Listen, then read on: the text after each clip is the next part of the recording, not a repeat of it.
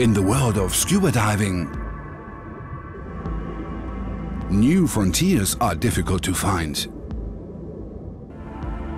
But one still expects you in the Red Sea.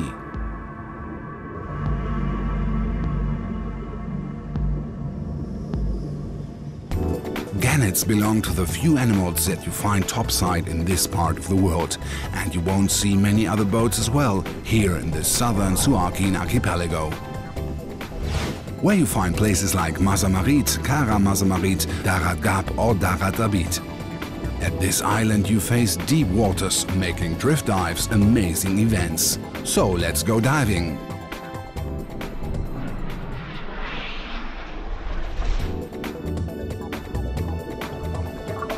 When drifting along these southwestern walls, you encounter many big pelagic animals.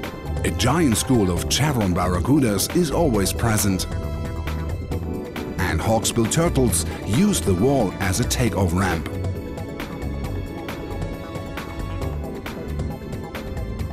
I like something very much. At the beginning of each dive, we go to the deep blue. We go down maybe to 40 meters, something like that, and we stay there for between 10 and 15 minutes to wait for the big fishes like hammerhead, like big tuna. Very often we saw some stuff.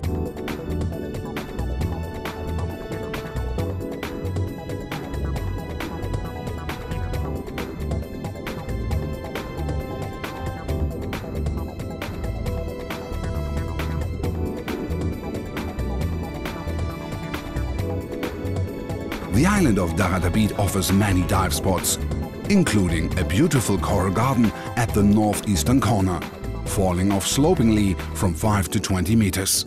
A good option to encounter sweet lips. This is not Mick Jagger, this is the giant sweetlip. Big as a grouper, a greedy and irresistible guy.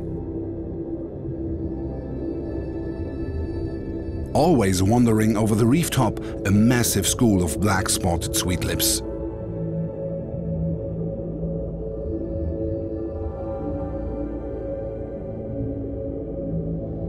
Staying incredibly cool, even when approaching divers, make videos or take pictures. No, favorite moment, I don't have it because every dive it was different and every dive had his special moment. So I can't realize which one would be the best.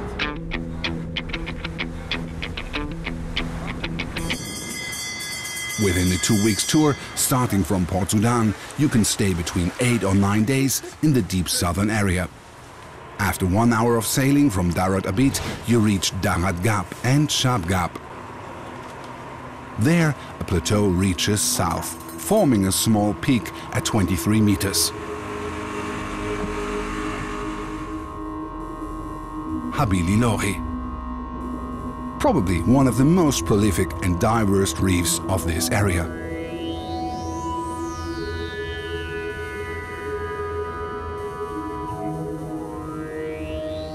It would also be appropriate to call this reef the Red Hill, due to the many sea whips and due to the majestic common big eyes who live close to the peak of Habili Lori.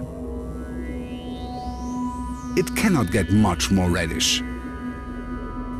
In the south, in comparison to the north, for instance, we had a lot more fishes. A lot of surgeon fish, for instance. We had some dive with plenty of surgeon fish.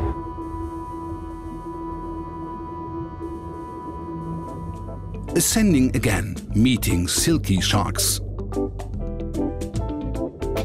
Young guys and girls, fearless, and sometimes a bit impertinent.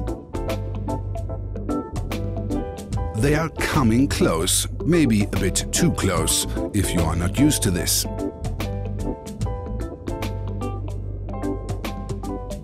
But they are not the biggest predators around. The biggest prey catcher is dive guide Maurizio.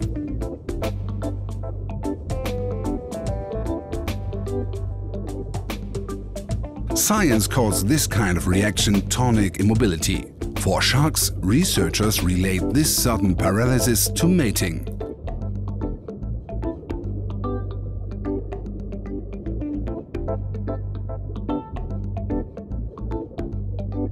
It's even more impressive observing it when you don't know before that your dive guide is able to do it. Shark researchers used this way of immobilizing sharks for their studies, a safe method for every human and animal being part of the action.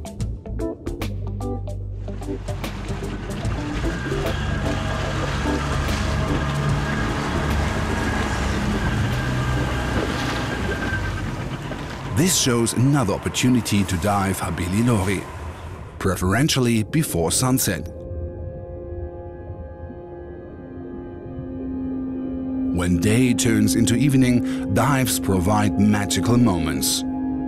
Habililori's marine life seems to be sleepwalking when the western wall is struck by the last rays of sunshine. In general, I like really all the corals we can see everywhere when we are alone, always alone. And we can turn around the big tables of coral. It's really beautiful. Fully intact and healthy, the southern wall, providing a rich mixture of all sorts of invertebrates. I remain surprised for the colors that we find on the water and the many species that we can still see. Already covered by darkness, the eastern wall, where groupers hide and corals provide shelter for nudibranchs.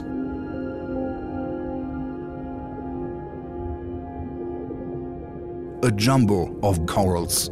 When exploring the dense branches, you soon find tiny long-nosed hawkfish. We also have a lot of soft coral. I haven't seen that much soft coral in the north, for instance. So a lot of fishes, a lot of species living together.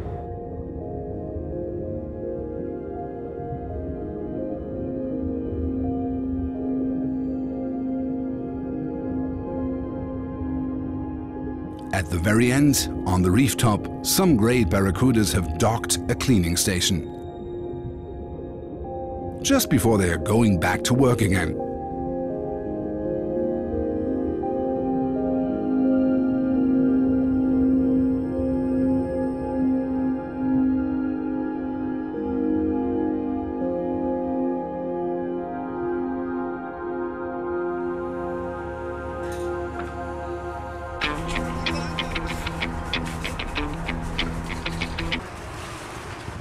Our next stop is a place that also Jacques Cousteau dived in the 60s when shooting the shark episode for his undersea world.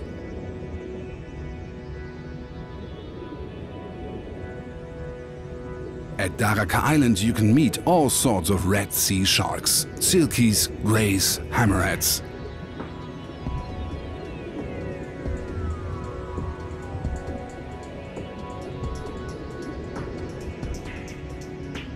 Every day we've seen hammerheads. I've been very surprised that we can see them so many. It's always surprising for me to see sharks and hammer sharks like that coming around and turning just in front of us. It's really beautiful. I think it's because of the thermocline we had 20 meters and 30 meters.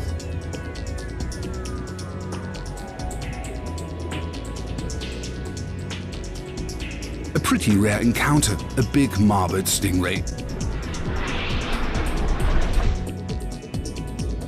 Approximately 10 cleaning wresses are following him. The architecture of this dive site is pretty unusual, because the main reef and the deeper plateau are connected by a long slope.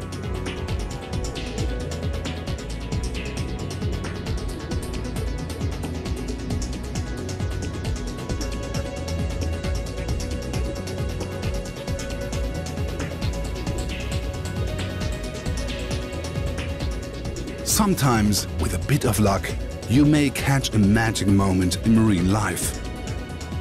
An everlasting rave of fusiliers, snappers and surgeonfish.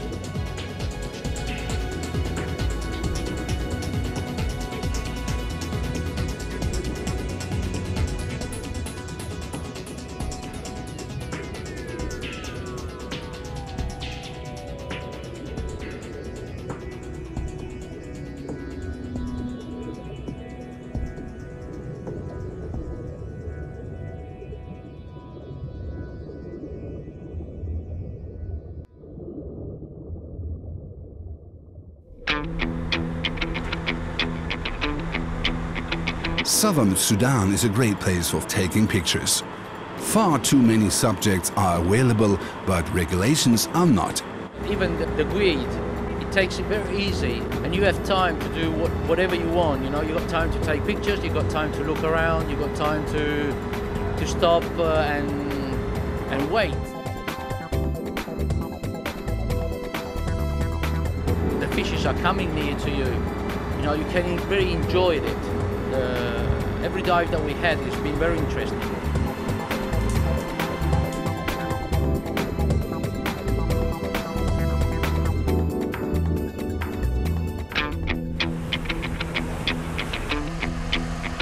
We are touching one of the last frontiers of diving.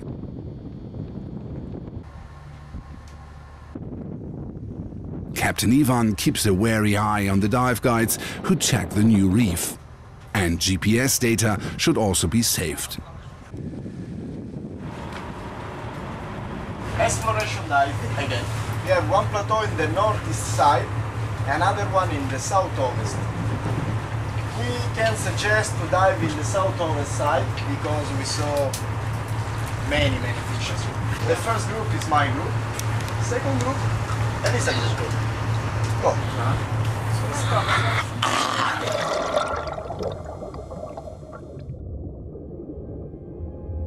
Now, who may have been the last diver who has seen this reef before, if so at all?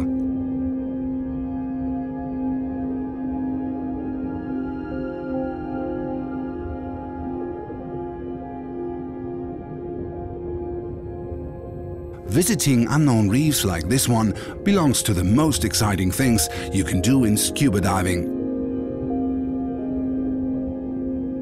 Unknown places don't have to be good places, but the area's high quality cries out for more exploration. I liked every single dive that I had, even the ones that we didn't see hammerheads, because the reef is so alive and beautiful. We don't see the same thing, we don't see the same relief, and it's really nice to see that.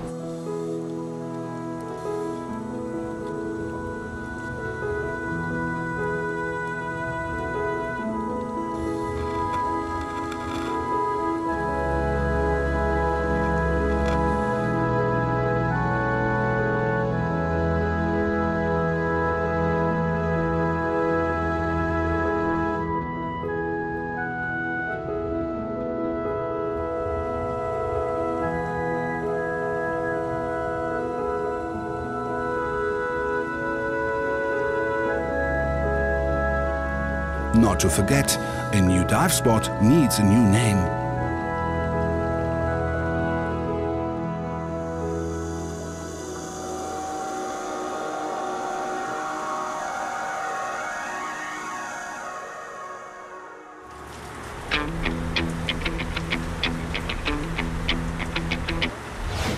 Now we leave the two Darats and their surrounding reefs, reaching Mazamarit Island and its neighbor Karam Mazamarit.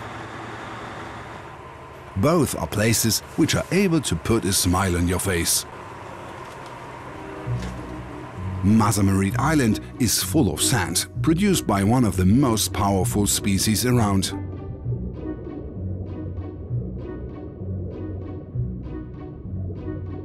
Many bumphead parrotfish patrol the reefs of Mazamarit, feeding on stone corals using their mighty jaws. When this herd of buffaloes have browsed the reef, they leave scarred zones behind.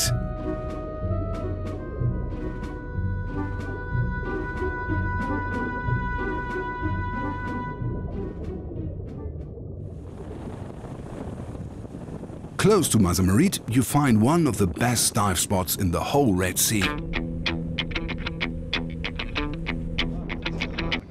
An oblongous reef with a small sandy top and very deep waters around.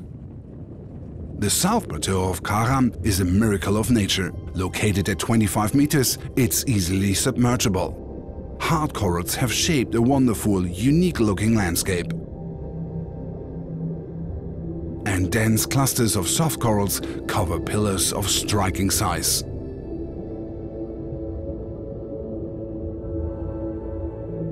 The marine life, both along the wall and on top of the reef, belongs to the most diverse that you can find in the southern Suakin archipelago.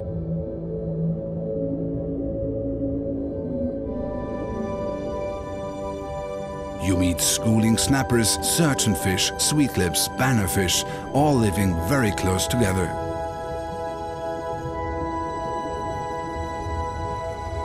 This place should be dived a couple of times if ever possible.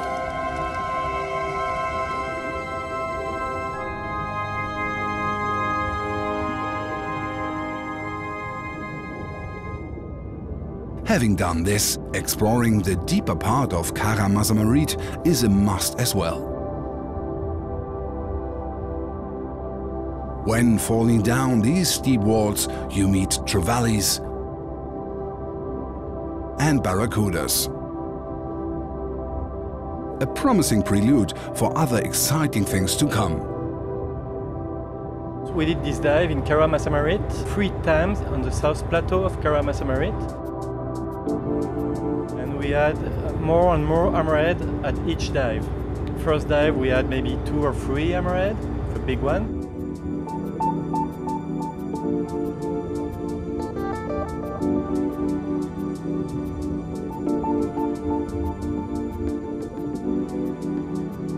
The second one we had maybe 5 or 6. And at the third dive, Misawa, we had plenty, I don't remember, 25, 30.